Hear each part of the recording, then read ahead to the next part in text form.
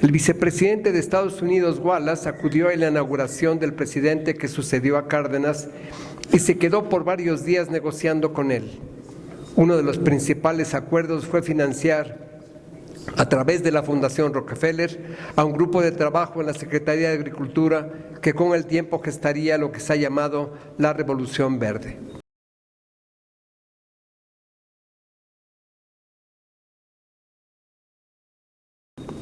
El grupo de investigadores se concentró en el trigo, no en el maíz, y las semillas milagrosas que produjeron solo podían operar su milagro con un paquete tecnológico al que no tenía acceso la mayoría de los campesinos del país.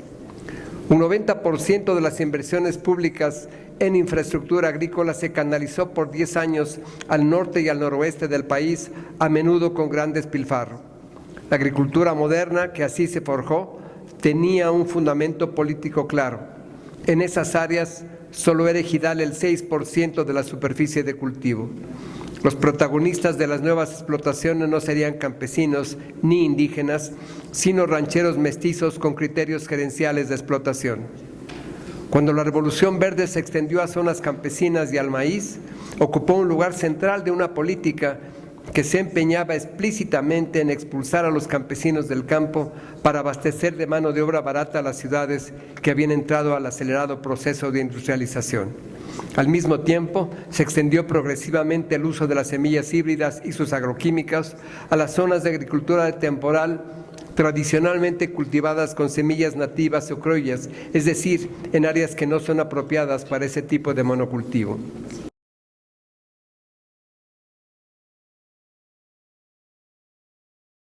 En 1983, en el segundo año de su administración, Miguel de la Madrid inició un progresivo desmantelamiento de un sistema gubernamental de apoyo al campo que había llegado a ser uno de los más amplios del mundo.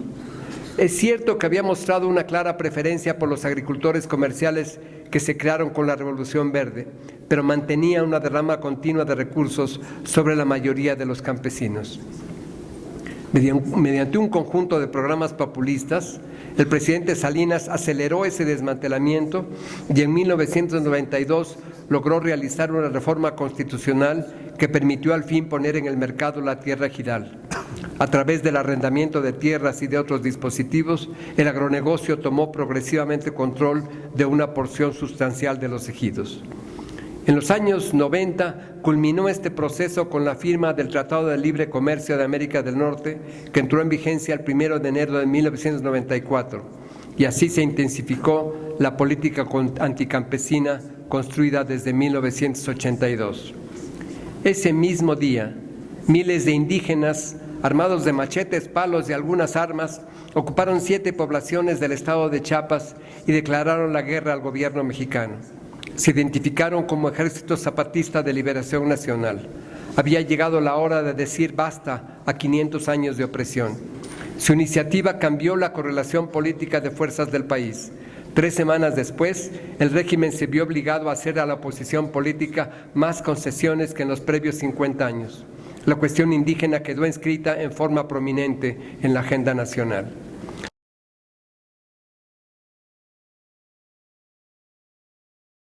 Tras un complejo proceso de movilizaciones y negociaciones, el 16 de febrero de 1996 se firmaron los acuerdos de San Andrés entre el gobierno mexicano y el Ejército Zapatista. Ante el estancamiento posterior, la Comisión de Concordia y Pacificación del Congreso de la Unión, con representantes prominentes de todos los partidos, produjo una iniciativa de reforma constitucional acordada con los zapatistas que constituía el componente principal de los acuerdos y se planteaba un reconocimiento pleno de los pueblos indios como entidades de derecho público y su derecho a la autodeterminación y autonomía. La iniciativa tuvo un impresionante respaldo. Miles de organizaciones y millones de personas expresaron abiertamente su apoyo. No hubo una sola organización que se opusiera a ella. El Congreso, sin embargo, produjo una contrarreforma.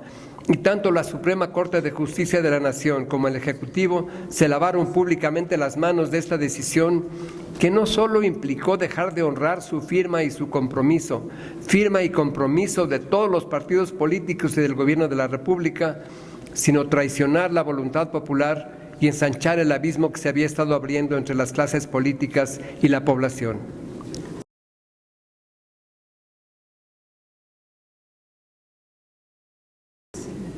En 1971, México exportaba maíz. La pérdida de la autosuficiencia nacional de alimentos en el curso de los siguientes años no se debió a calamidades naturales o ineficiencia productiva, sino a una política que a un altísimo costo buscó explícitamente sustituir el maíz con clásicos argumentos de ventajas comparativas. Se decía que los campesinos maiceros no podían competir con los productores norteamericanos y que el país debía especializarse en frutas tropicales y otros productos en que pudiera ser eficiente.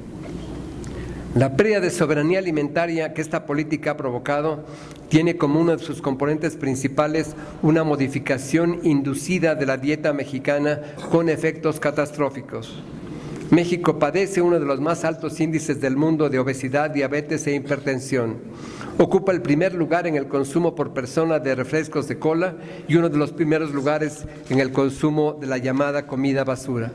Al mismo tiempo, ha empezado por primera vez en la historia, a disminuir el consumo de productos de maíz. Mientras Vía Campesina plantea que el primer componente de la soberanía alimentaria ha de ser que la propia gente defina lo que come, en México se ha realizado una costosa campaña a través de una alianza cómplice de los gobiernos, las corporaciones y los medios para impulsar hábitos de consumo que bajo la cobertura de la modernización han estado destruyendo sistemáticamente las preferencias alimentarias de mexicanas y mexicanos.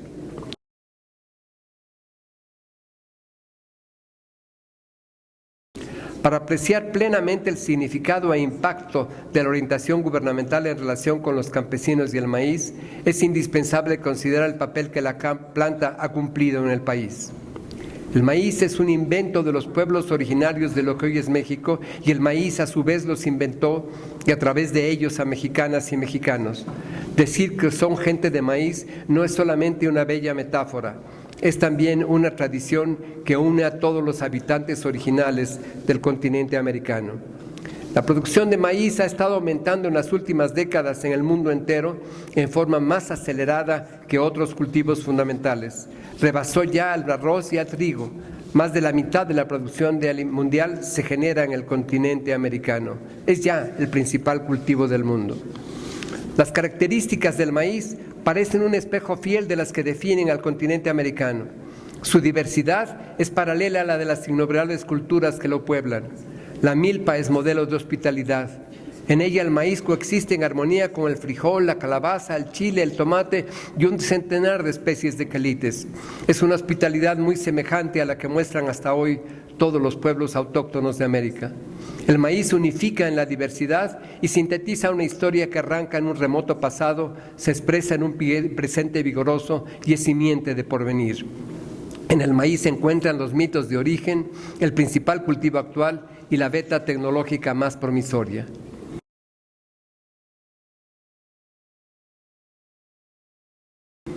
Ocuparse del ambiente, evitar que se le siga destruyendo en forma irresponsable, no es ya una reivindicación aislada o minoritaria de ecologistas, sino una reacción de supervivencia cada vez más general. Hemos de fijar límites al crecimiento insensato y sobre todo a las actitudes depredadores de quienes han estado escupiendo contra el viento. La hospitalaria milpa ilustra bien el camino que podemos tomar. El mundo ha dejado de ser sueño, profecía, proyecto. Como nunca, pueblos de todo el planeta están en relación entre sí, se visitan, se observan, dependen unos de otros, se conocen y se desconocen y así se encuentran y se enfrentan. En esa inmensa ola de cambios que nos entrelazan e imponen una interacción más intensa que nunca, se rechaza cada vez más la uniformidad y la homogeneización. Las gentes están evitando ser moldeadas por las decisiones de otros. Quieren ser tratadas en pie de igualdad desde su honda diversidad para coexistir en armonía y enriquecerse mutuamente.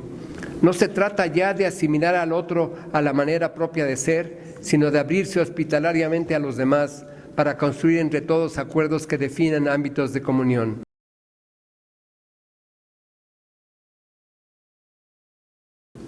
Con el maíz real y con el maíz simbólico, aprendiendo de sus lecciones y sus ideales, se empiezan a construir sociedades ecológicamente sensatas, económicamente factibles y socialmente justas.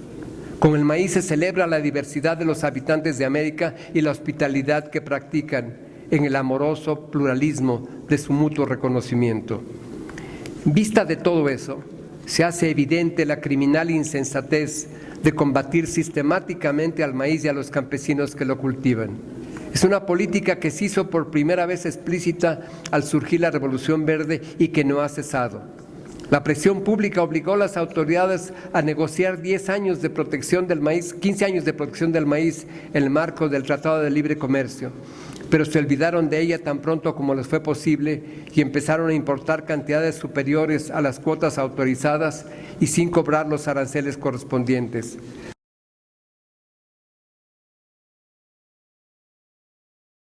La última década ha sido claramente un periodo de intensa campaña contra el maíz. Es esa campaña la que hizo nacer su contraparte. Bajo el lema "Sin maíz no hay país", muy diversos grupos han estado llevando adelante un esfuerzo sistemático para devolver a la planta su lugar en la realidad nacional, tan sistemático como el de las autoridades por sustituirlo. El maíz es uno de los cultivos en que el uso de variedades genéticamente modificadas representa ya una alta proporción del total. Su rápida generación, sin embargo, se ha realizado en medio de una gran controversia. Quienes impulsan el uso de transgénicos afirman que acabarán con el hambre, evitarán los daños ambientales causados por el uso de químicos en los cultivos y no afectarán negativamente la salud ni el ambiente. Quienes se oponen a ellos utilizan como principal argumento el hecho de que no ha transcurrido suficiente tiempo desde que se empezaron a emplear, por lo que no pueden realizarse estudios de largo plazo. Igualmente, señalan que cada año se producen más estudios científicos independientes que demuestran que el prometido aumento de rendimientos es nuevamente una falsa promesa. También hay evidencias científicas que demuestran que se trata de una tecnología muy incipiente, llena de incertidumbres. En consecuencia, exigen adoptar el principio de precaución reconocido en acuerdos internacionales y no autorizar su uso general. Advierten además que puede agravar la dependencia de importaciones y corporaciones privadas. Consideran en relación con el maíz que puede causar deterioro en el riquísimo patrimonio genético acumulado mediante el paciente trabajo de milenios de experimentación campesina. No existe consenso alguno sobre el tema. Las posiciones se polarizan cada vez más. Se defiende a los transgénicos con pasión o más bien se defienden intereses multimillonarios y con semejante pasión se le ataca, considerando que la precipitación en el uso de una tecnología que aún no se conoce suficientemente está imponiendo inmensos riesgos a la gente y al ambiente.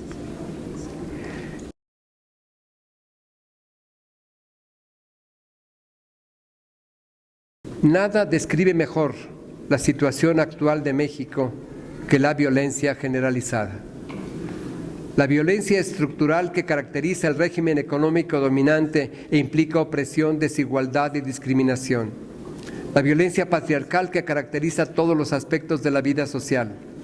La violencia que tradicionalmente se observó en los cuerpos policíacos y militares y la violencia de los criminales se han estado amalgamando en una forma de lodo social y político en que resulta ya imposible distinguir con claridad entre el mundo del crimen y el de las instituciones.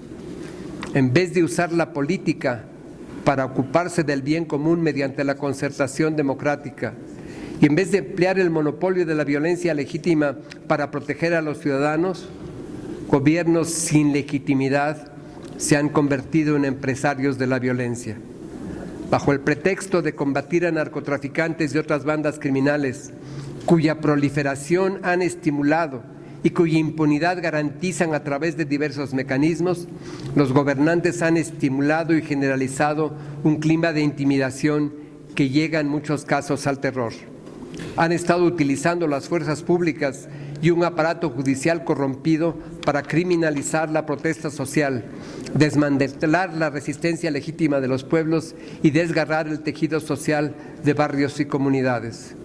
Es cada vez más evidente que todas esas formas de violencia no son el fruto incoherente de voluntades criminales aisladas, aunque éstas aprovechen la situación para satisfacer sus propios intereses, sino que responden al propósito cada vez más explícito y evidente de beneficiar a un pequeño grupo de individuos y corporaciones nacionales y extranjeras para el saqueo indiscriminado y destructivo de las riquezas nacionales y de la explotación salvaje de mexicanos y mexicanas.